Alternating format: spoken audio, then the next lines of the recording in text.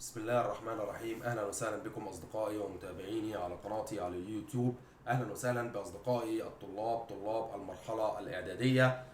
درسنا اليوم في قسم التاريخ من مادة الدراسات الاجتماعية لأصدقائي طلاب الصف الثالث الإعدادي، ودرسنا اليوم بعنوان الحملة الفرنسية، والتي جاءت واحتلت الأراضي المصرية منذ عام 1798 وحتى عام 1801. ومن خلال هذا الدرس أو من خلال درسنا اليوم هنقدر نعرف إزاي أثر الموقع الجغرافي لدولة مصر في لفت أنظار الاستعمار الغربي إليها، وكمان هنعرف إزاي استطاع أهل مصر مقاومة الحملة الفرنسية، وكمان هنقدر نفهم من خلال الدرس ده النتائج اللي طلعت بيها الحملة الفرنسية من خلال وجودها لمدة 3 سنوات داخل الأراضي المصرية. هنبدأ درسنا النهاردة منذ انتهينا في درسنا السابق مع سقوط الدولة العثمانية. مع سقوط الدولة العثمانية ودب الضعف إليها، بدأ النفوذ الاستعماري بالنظر إلى ممتلكاتها، وكانت هناك في ذلك الوقت قوتين لا يستهان بهما، هما من ألقي النظر إلى مملوكات الدولة العثمانية، وهما دولتي إنجلترا وفرنسا، واللتان كانوا بالطبع لهما مندوبان دائمان هنا في الدولة العثمانية. كانوا بيقدموا لهم تقارير عن حركة الدولة سياسيا واقتصاديا، وكافة المعلومات عن الدولة العثمانية وكيف تدير ممتلكاتها. طبعا الاستعمار الفرنسي والاستعمار الإنجليزي بدأوا منذ أواخر القرن ال17 واستمروا طيلة القرن ال18 بالكامل، وتعد الحملة الفرنسية على بلاد مصر وبلاد الشام هي جزءا من هذا التنافس الذي قام بين دولتي إنجلترا وفرنسا. وهنبدأ إن شاء الله درسنا اليوم مع الحملة الفرنسية على مصر في عام 1798. زي ما قلت لكم كان في 2 قنصلين، قنصل انجليزي وقنصل فرنسي، لمراقبة حركة سير الحكومة العثمانية في حكم ولاياتها، وكانوا يبعثون التقارير كلا منهم إلى بلاده ليعرفونهم خط سير الدولة العثمانية. وجه القنصل الفرنسي بعت تقارير تفيد بسوء الأحوال الاقتصادية والسياسية داخل الأراضي المصرية بقى، وحث الحكومة الفرنسية على إرسال حملة عسكرية إلى الأراضي المصرية، ولذلك أرسلت فرنسا حملتها بقيادة نابليون بونابرت في عام 1798. طيب، فرنسا سمعت كلام القنصل بتاعها ليه؟ او ايه الاسباب التي ادت الى احتلال الاراضي المصريه؟ فرنسا بصت لها ان هي كان ليها مستعمرات كتير وفقدتها من خلال حربها مع انجلترا، فنظرت الى مصر كمستعمره جديده عوضا على المستعمرات التي فقدتها، وكذلك نظرت اليها الى انها نقطه في منتصف الطريق بين انجلترا ومستعمراتها في بلاد الهند، فارادت ان تضرب انجلترا في عقر دارها وتسيطر على بؤره في منتصف الطريق لتعرقل حركات التجاره بين انجلترا ومستعمراتها في بلاد الهند. طيب، هنيجي لاعداد الحمله. الحمله اتعدت ازاي، او الحكومه الفرنسيه جهزت حملتها لاحتلال مصر ازاي؟ طبعا القيادة الفرنسية أسندت الحملة إلى القائد العسكري نابليون بونابرت، والذي أعد الجيش، وبالإضافة إلى إعداد الجيش قدر إن هو يجمع بعض العلماء في مختلف المجالات علشان يفهم مصر سياسيا واقتصاديا وتجاريا. فجاب من كل علم من العلوم، احضر معاه عالم في متخصص في مجاله، واتجه الى الاراضي المصريه بعد أن أحضر مطبعتين ورق، أحدهما فرنسية والأخرى عربية، علشان يقدر يطبع المنشورات ويقدر يوصل وجهة نظره للشعب المصري. طيب، الحملة مشيت ازاي؟ خط سير الحملة كان ازاي؟ يعني نابليون بونابرت طلع من فرنسا ازاي؟ وايه كان خط سيره لغاية ما جه إلى مصر؟ نابليون بونابرت أمر أن يبحر الجيش الفرنسي من ميناء طولون بفرنسا رأسا إلى الإسكندرية. طيب، وصل نابليون بونابرت إلى الإسكندرية. هل دخل الإسكندرية بكل سهولة، ولا شعب مصر في الإسكندرية عمل مقاومات؟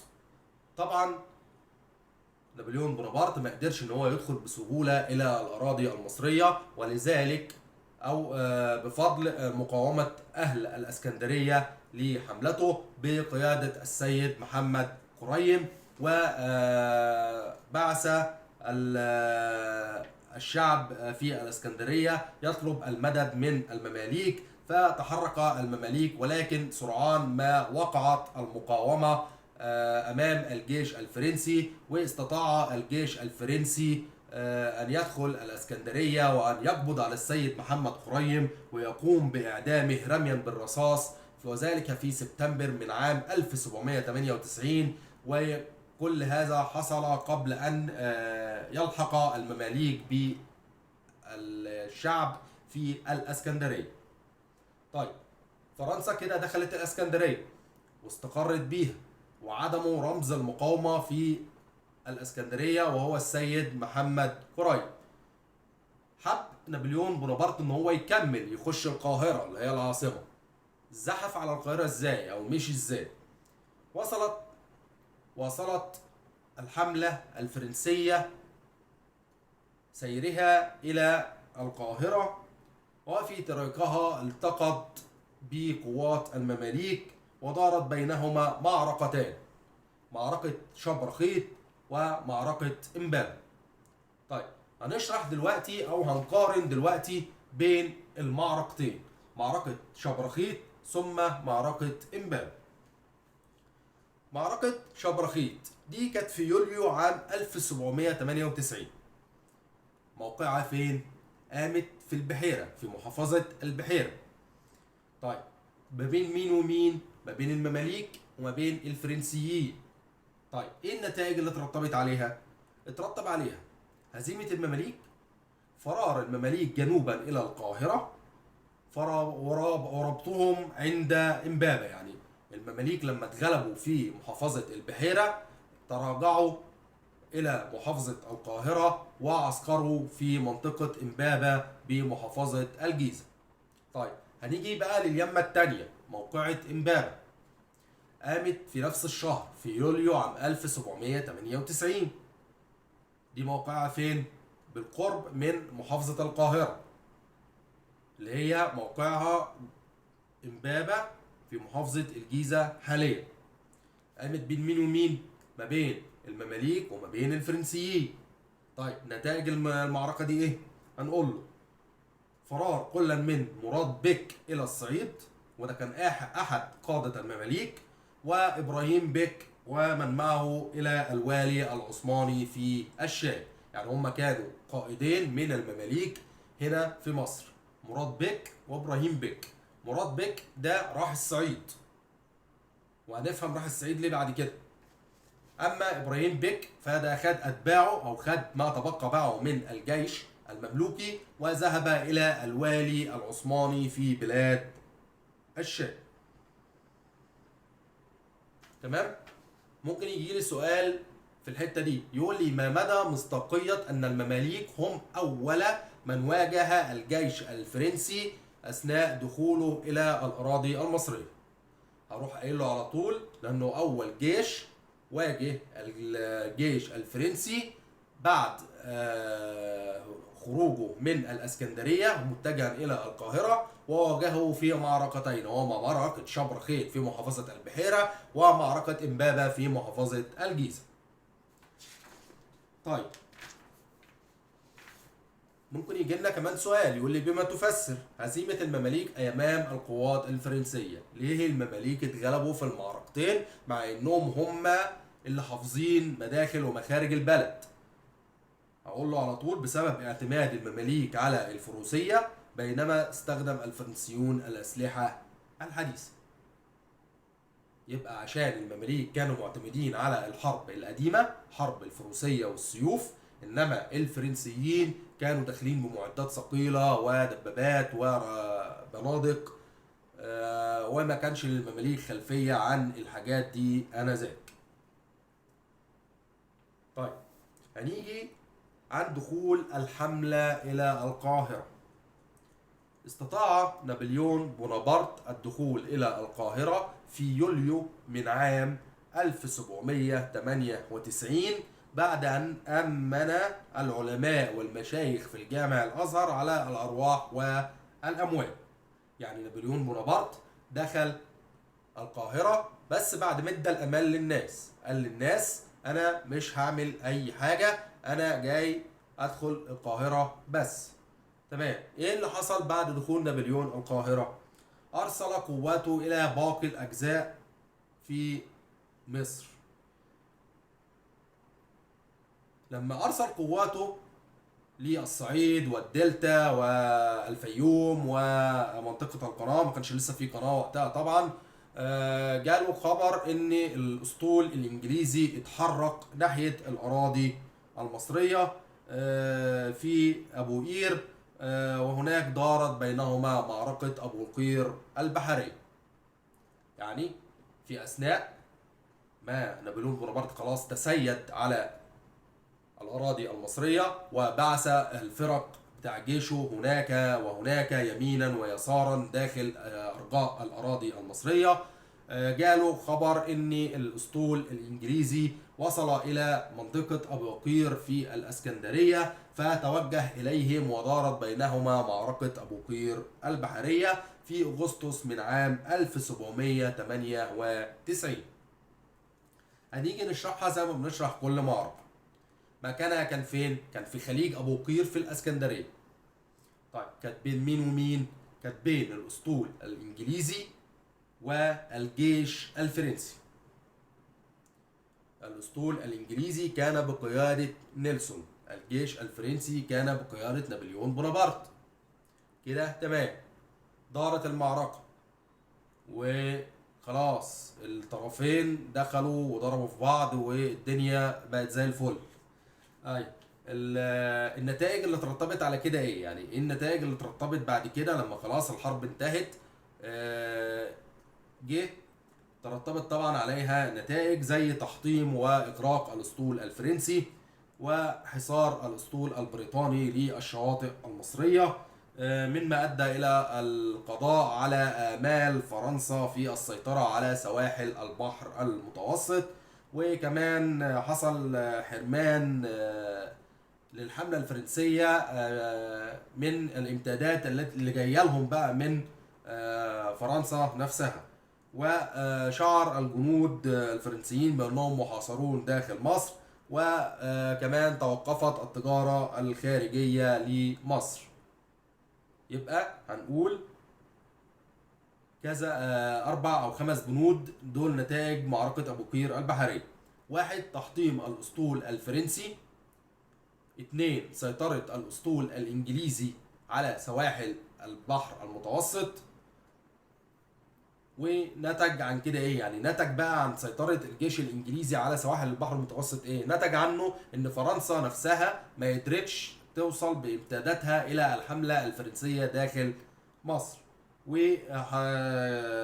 وشعور الجنود الفرنسيين بحصارهم داخل مصر، وكمان ايضا توقفت حركة التجارة الخارجية لمصر.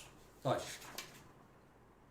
هنيجي بقى للمقاومة. ده خلاص النفوذ حارب بعضه وكل واحد خد اللي له. فرنسا سيطرت داخليا، انجلترا سيطرت على البحار. طيب هنيجي بقى للشعب نفسه، المقاومة نفسها. ازاي الشعب المصري قدر يقاوم الحملة الفرنسية؟ أهل الإسكندرية قاموا بمقاومة، دي قلناها في الأول في أول دخول الحملة الفرنسية إلى مصر، وكانت المقاومة بقيادة السيد محمد قريم، والذي ما لبث أن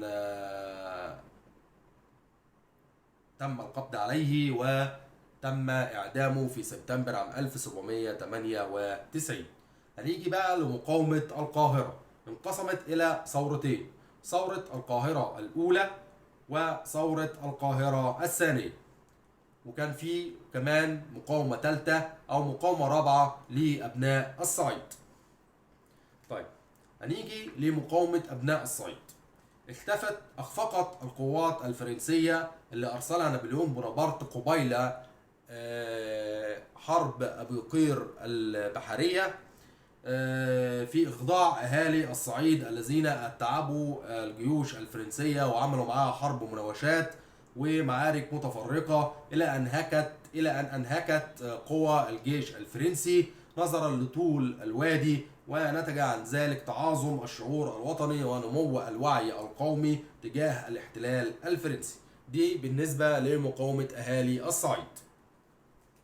طيب، هنيجي لثورة القاهرة الكبرى، ثورة القاهرة الأولى عام 1798 في شهر أكتوبر.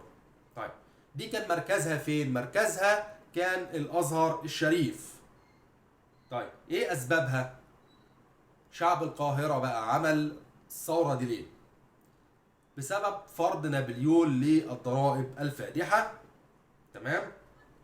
بسبب انه طبعا انجلترا لما احتلت ابو قير واستولت على الاراضي على السواحل المصريه، طبعا فرنسا ما قدرتش تبعت له امدادات، فبالتالي عشان يعوض الامدادات دي بدأ نابليون بونابرت ان هو يفرض ضرائب فادحه على الشعب المصري. وطبعا الشعب المصري كان خارج من سقوط الدوله العثمانيه، احوال سياسيه صفر، احوال اقتصاديه صفر، في انهكته الضرائب، فقام بثورة ثورة القاهرة الأولى، وده كان أول أسباب قيام الثورة. تاني حاجة قيام جنود الحملة بتفتيش البيوت بحثا عن الأموال، ده خلاف الضرائب طبعا، وهدم أبواب الحارات لمطاردة العناصر التي تقاوم، وكمان هدموا الكثير من المباني والآثار والمساجد بحجة تحصين القاهرة.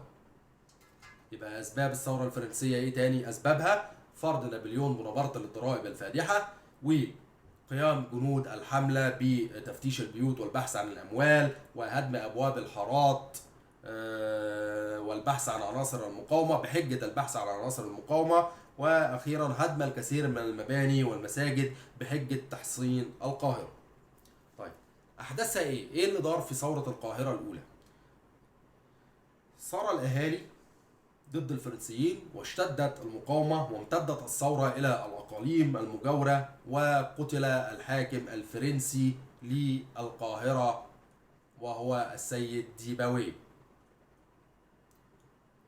استخدم الفرنسيون سياسة القمع والإرهاب لإخماد الثورة، ودخل الفرنسيون الجامع الأزهر لأول مرة في التاريخ بخيولهم، تمام، مما أثار الاستياء عند المصريين. طبعا احنا كلنا مسلمين وعارفين المقدسات الإسلامية ليها منزلة عندنا جميعا، فلما دخل الفرنسيين بخيولهم إلى المسجد الأقصى ده عمل استياء في الشعور الديني لدى المصريين، مما ولد عندهم فكرة القيام بالثورة. طيب، ايه النتائج اللي ترتبط على ثورة القاهرة الأولى؟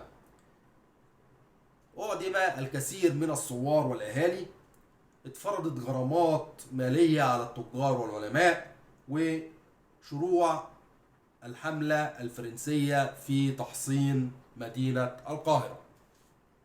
دي كانت ثورة القاهرة الأولى.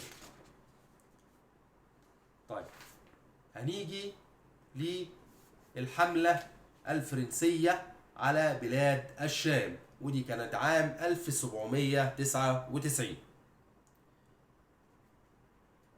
لما الدولة العثمانية شافت ان فرنسا دخلت واجتاحت الاراضي المصرية، حصل تحالف بينها وبين انجلترا وبين روسيا، مشيوا على مبدأ عدو عدوي صديقي. تم التحالف ما بينها وبين انجلترا وروسيا لاخراج الفرنسيين من مصر بالقوة العسكرية، وأعدوا لذلك حملتين. يعني كل من الدولة العثمانية وانجلترا وروسيا جهزوا حملتين علشان يقدروا يخرجوا الفرنسيين من مصر. كانوا عبارة عن ايه الحملتين؟ الحملتين كانوا حملة بحرية وحملة برية.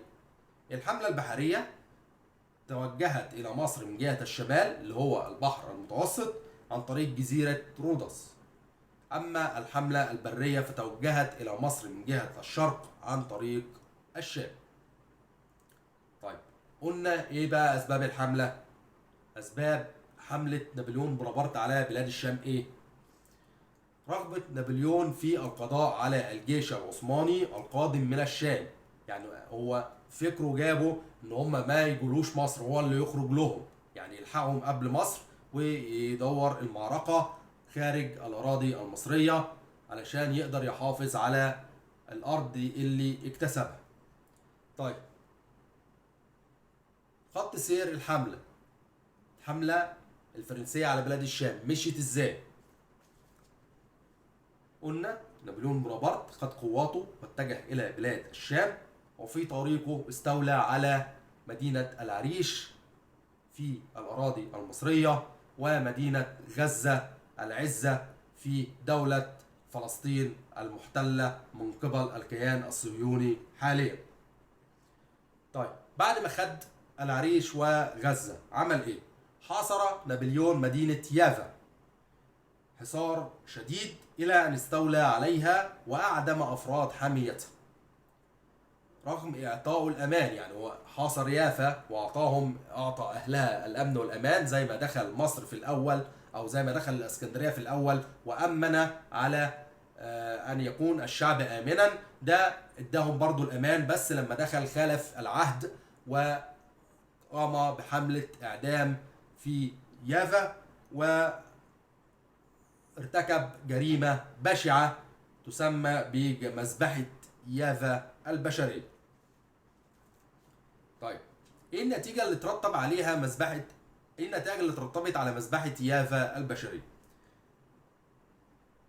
مذبحة يافا البشرية إما حصلت ووصلت أحداثها إلى أسماع مدينة عكا، استطاع أهالي عكا أن يستبسلوا في الدفاع عن مدينتهم، ولكن نابليون بونابرت استطاع من حصار هذه المدينة، ولكنه فشل في دخولها بسبب مقاومة واستبسال أهالي عكا بقيادة أحمد باشا الجزار ومساعدة الأسطول البريطاني وإمداده لعكا بالمؤن والذخائر.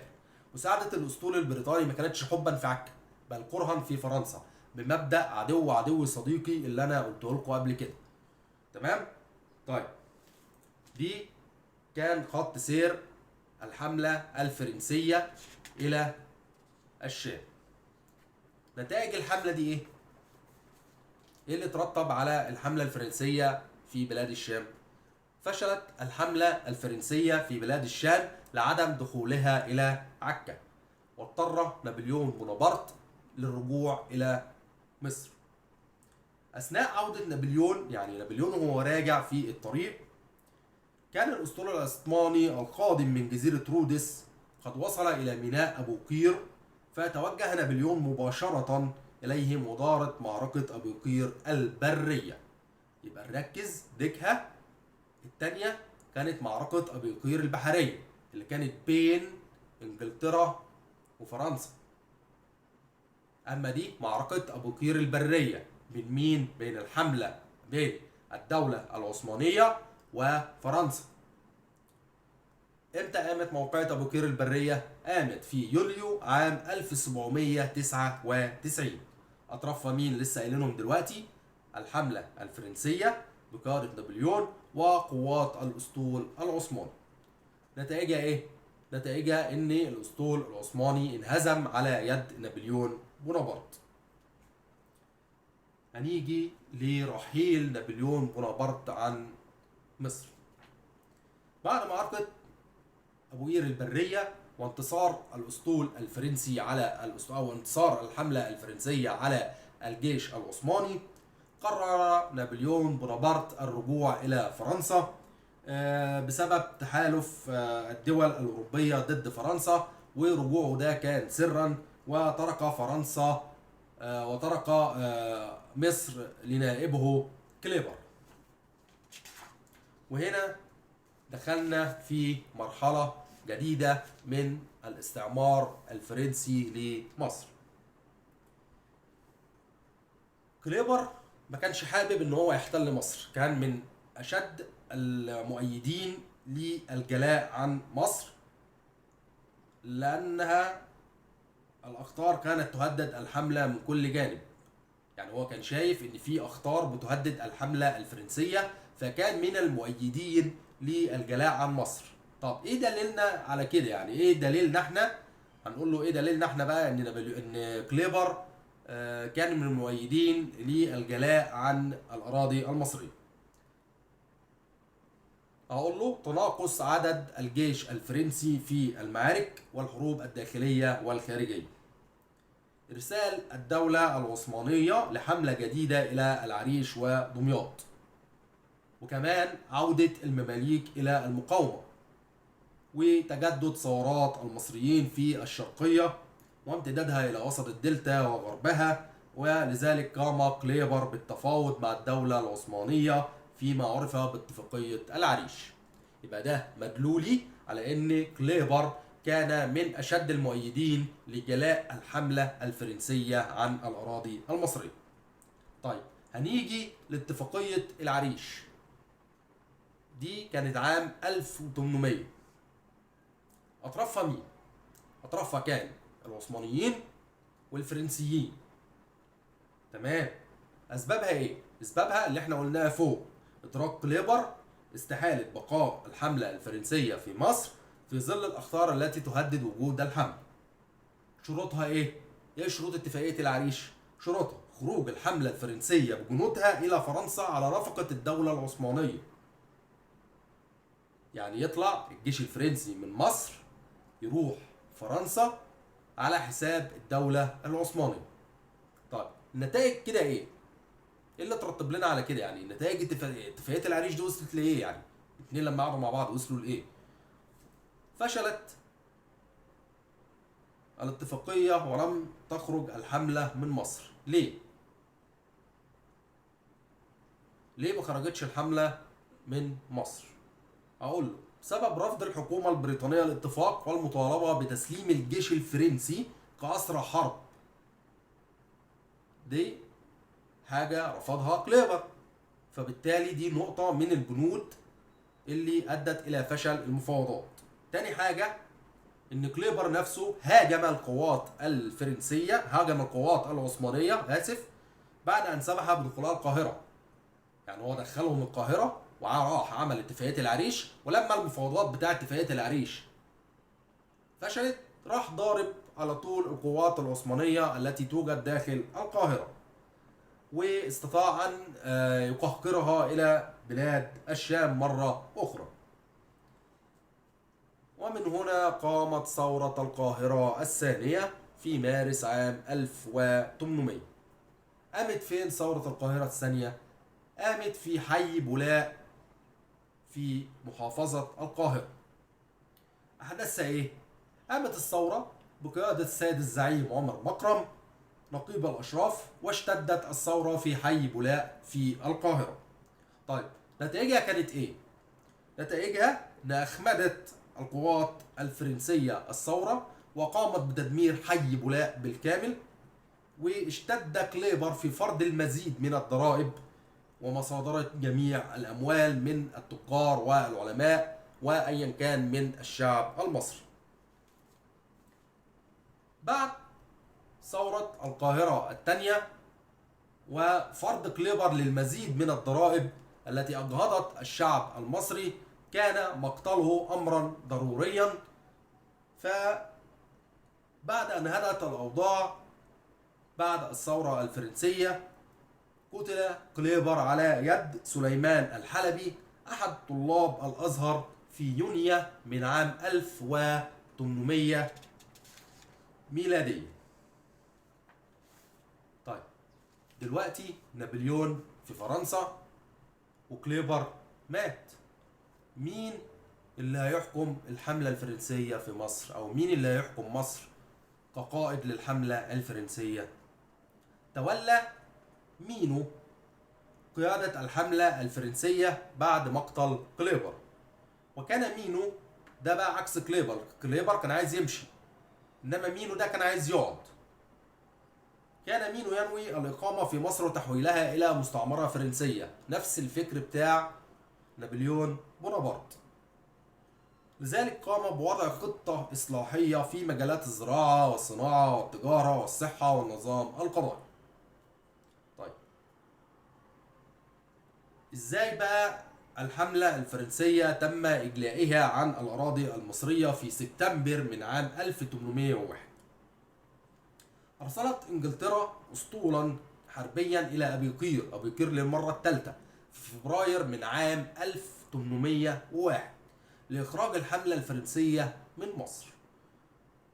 بالإضافة لكده انضم الجيش العثماني للأسطول البريطاني، واتحد معا في مواجهة الحملة الفرنسية، فلم تستطع القوات الفرنسية مواجهة كل من الجيش العثماني برا والأسطول البحري البريطاني بحرا، فاستسلمت وغادرت مصر، وبذلك تم جلاء الحملة الفرنسية عن مصر في سبتمبر من عام 1801. طيب ايه نتائج الحملة الفرنسية؟ انا كمصر كسبت ايه من وجود الحملة الفرنسية عندي؟ تمام، كسبت ان نابليون جاب لي خيرة علماء فرنسا، وان قدروا ان هم يدخلوا لي معلومات سياسية اقتصادية تجارية في كافة المجالات. وكسبت حاجة تاني اسمها نمو الروح القومية لدى المصريين، يعني المصريين عرفوا ان ازاي يدافعوا عن بلدهم وازاي يجيبوا حقهم. اهو بيقول لي حتى دلل، يعني ايه مدلولك على نمو الروح القومية لدى المصريين؟ هقول له على طول ظهر ذلك واضحا بعد خروج الحملة الفرنسية من مصر، عندما تمسك المصريون بحقهم في الحرية في اختيار حاكمهم. ده كان أول حاجة يتمسك بيها الشعب المصري، إنه يكون عنده روح في اختيار الحاكم بتاعه بنفسه. حاجة تاني كانت من ضمن نتائج الحملة الفرنسية على مصر إن هي وجهت أنظار العالم الغربي إلى مصر، وخاصة إنجلترا، وبذلك بفضل الموقع المتميز بين قارات العالم القديم التي تحتله مصر. طيب كسبت حاجة تاني اسمها تنظيم أمور الحكم والإدارة. ليه؟ نابليون لما دخل مصر عمل لي ديوان عام اللي هو زي رئاسة الوزراء عندنا دلوقتي، وعمل لي دواوين اقاليم اللي هي زي المحافظات دلوقتي، وعمل لي ديوان القاهره اللي هو مثلا زي مجمع التحرير.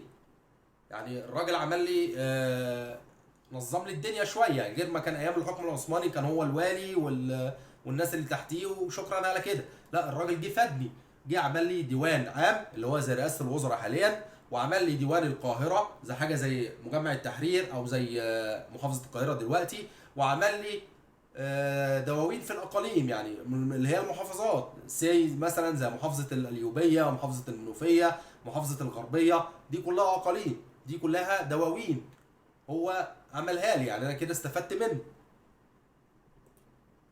طيب هيجي لي سؤال بما تفسر، يعني بما تفسر انشاء نابليون بونابرت للدواوين في مصر؟ اقول له بهدف تدريب الاعيان او العلماء المصريين على نظام مجلس الشورى.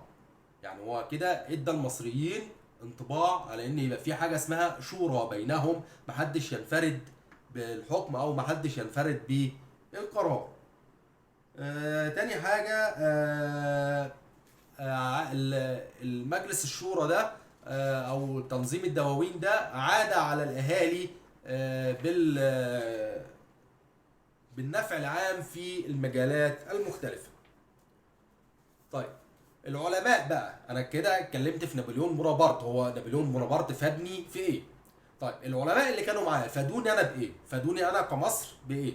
فادوني دراسة شق قناة تربط بين البحر الأحمر والبحر المتوسط، إنشاء المجمع العلمي المصري، تأليف كتاب وصف مصر، اكتشاف حجر رشيد عام 1799، وترتب على ذلك التعرف على التاريخ الفرعوني بالكامل منذ نشأته على يد الملك مينا وحتى سقوطه على يد الملك أبسمتك الأول، ودخول القوات الإسكندر الأكبر إلى القاهرة. يلا.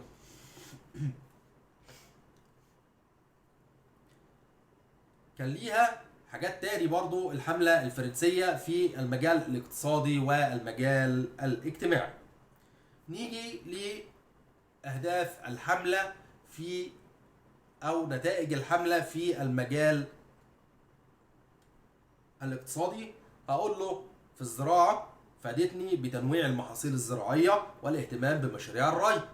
في الصناعة فادتني من خلال تصنيع أو إنشاء مصانع النسيج وبعض الصناعات الدقيقة والدباغة وصناعة حروف الطباعة.